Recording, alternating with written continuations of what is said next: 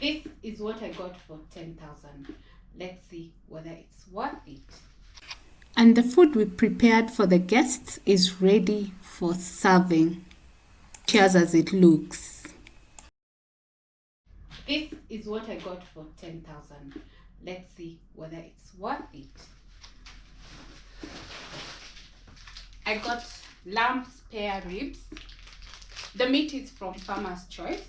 Like I said, I make a lot of saving when I shop from Farmer's Choice. So this spare ribs was 1,138 for 1.4 kg. Then we have minced beef. Minced beef was 650.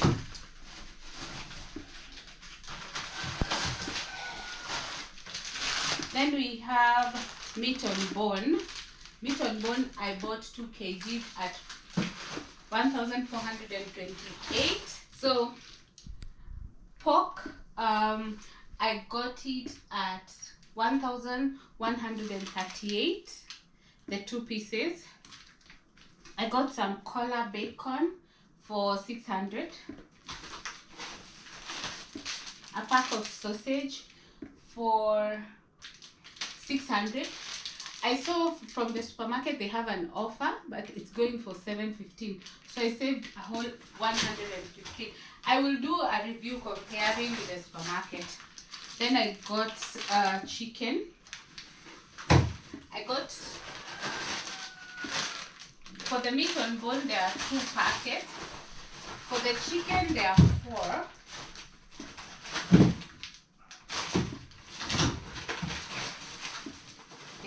Like that. And for the 4, I paid 2,646. Is that not a good deal? I feel like it's a good deal. In total, there are 6.3 kgs.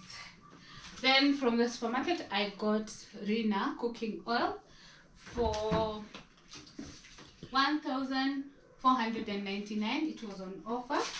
I got some this ice cream that I have discovered. We have already enjoyed. It's Enigma. If you've not tried it, you're missing out. This is something I have been missing. Okay, then I got some hibiscus tea and lemon twist tea. For lemon twist is 179. For hibiscus is 250. And then I got some pack of steel wool. It was 158. Yeah, so this is what 10,000 got for me today. We usually don't eat meat every day, so this can serve us for a while. But the thing is, we are also hosting today and next Saturday, so make sure you check out for today's hosting, whatever we're going to prepare, and next Saturday as we host another set of guests. Yes, so see you on the next part of this video. So we're going to start by preparing the marinade. We add salt, generous, so that it's enough. My jar is from Odds and Ends if you would like to get one.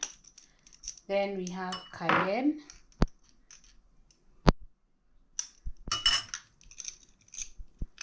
The jar is from a shop next to, I think, a shop ground floor or basement of Sarit. I'll try to check the name. Then we add thyme. Thyme, like I said before, you can't add too much. If you do, it might decide to become bitter. It will make your food bitter. Then then paprika. Paprika, I put it in plenty. This jar seems not to have a life. They are barely a month and they are loose. So I don't know whether they are worth purchase. These ones are from Kamukunji. I think I was buying one at how much? It's been a while. So we've added black pepper. Then we're going to add coriander,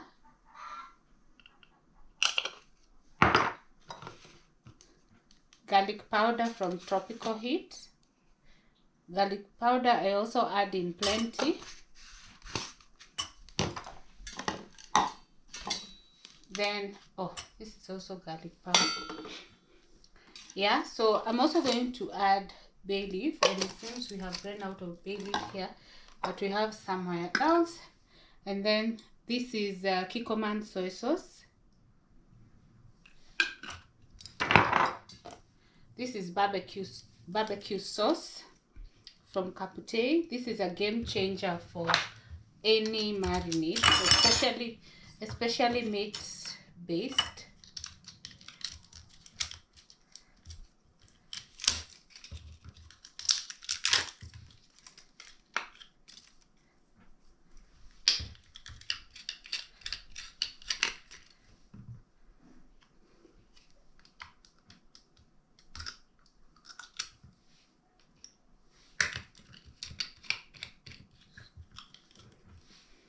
So they have already pierced a hole for you. You just they have improved their packaging, I feel, because the one they used to have used to be a bit messy when you're pouring. Okay, so we have our marinade.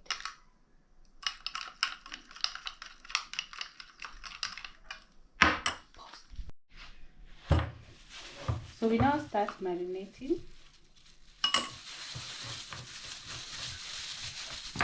The best approach is you need to slice a bit so that it goes in.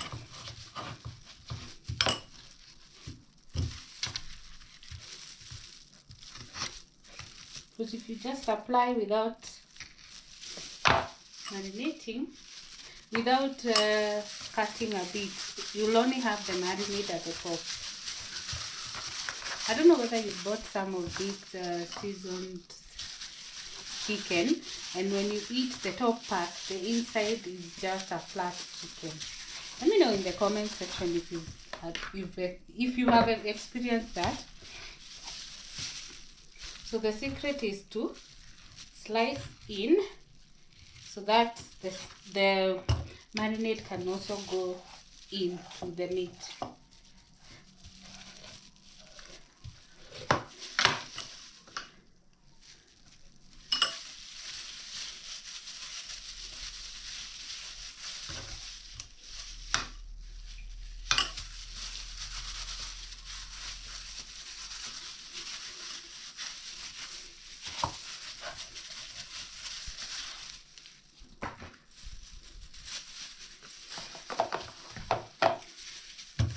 We can cover this.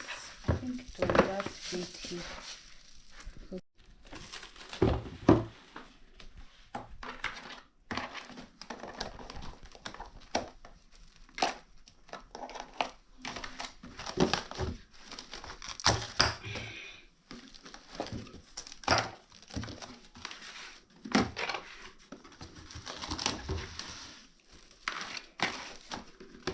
So we are going to leave it for like an hour or two, and then we are going to check it out. We are going to put it in the fridge. Time to marinate the chicken. You can see the size of the chicken I got from Farmer's Choice. This is like 1.5 kg, so it's so cool. At least it's reasonable.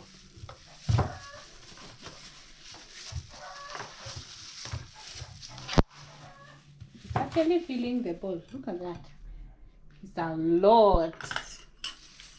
And for 4 pieces I got at 2,600. So like 26 divided by 4 is like 800 or thereabout a piece, and 800 is like one and a half kg of chicken. So that's a good deal. Or what do you think? Let me know in the comment section your take. If you were to get it for about 850, is it a worthwhile purchase?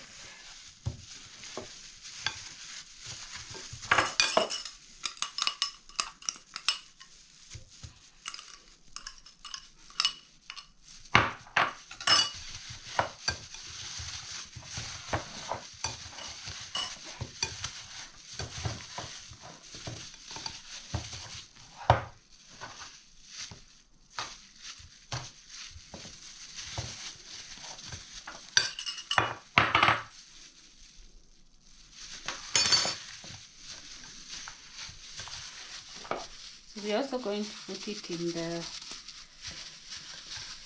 fridge for like an hour. Then we can prepare it.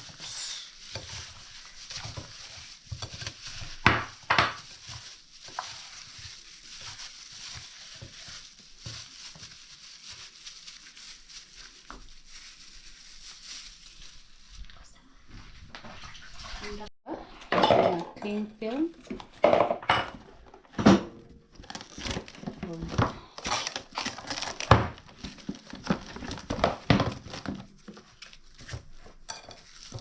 Okay, and put in the fridge for like an hour or two. So we want to make chapati dough. I want to use a mix of atta makwan and white flour. Today we are trying out ajab. If you have been a follower of the channel, you know X is my go-to flour, but this time we are going to try ajab. So what I discovered is the chicken cannot allow us to prosper.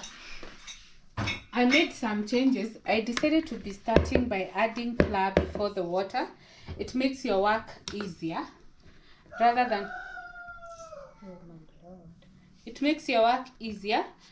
than trying to balance water when it's already excess. Yeah, so I'm going to add my flour, and then I'm going to season with cardamom.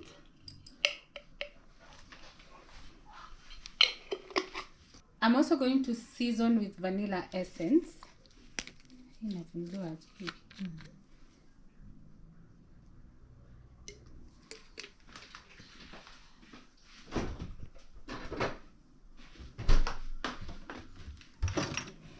And of course some salt. This lid is not African friendly. Africans love using lids instead of spoons. Is that you? Is that you or I'm alone? Let me know in the comment section. Instead of using a spoon to put your ingredients, you find yourself using the lid. Okay, so now we can start adding the water gradually. It helps you to balance easier. My water is cold, so don't be stressed. Oh, boiled water. Oh, do this. No.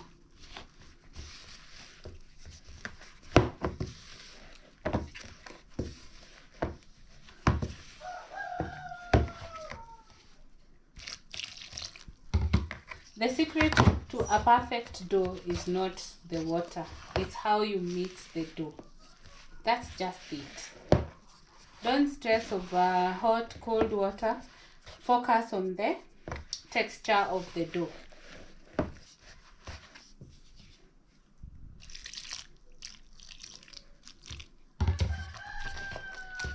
Do you like brown chapatis, or do you dislike them? Or do you dislike them because you struggle to make them? So sometimes they can get complex when you're preparing. Sometimes they are overwhelming. But if you know how to